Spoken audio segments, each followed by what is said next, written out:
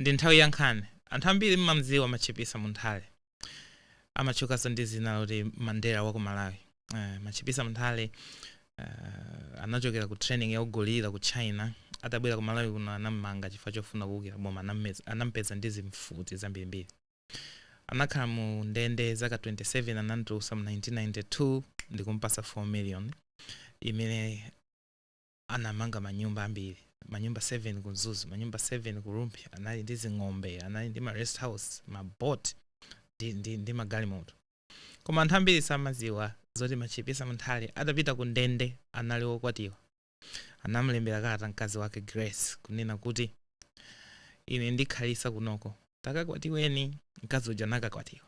Machipisa Munthale atatuluka mu ndende anapita kwa ada amene anamkwatira mkazi wakeyo akafunsa kuti mkazi wanga ndatulukana ku ndende. Anthu aja anakwatira naso, ndipo kufikira pamene Machipisa Munthale ankamwalira analibe limodzi ndi mkazi wake Grace. Ndamuna angati ku Malawiko angapange zimenezo, kupita ku ndende kapena kuchokapo nthawi yayitali chonchi mkazi kupita banja kwina ndikubwerako ndikuzakhalaso nawo.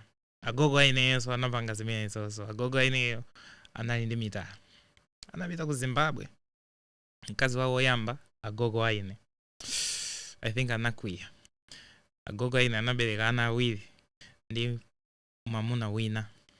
Agogo aine atabwera ku Zimbabwe sanasiya agogo aine kufikira pamene ankamwalira analibe limodzi anthu awiri.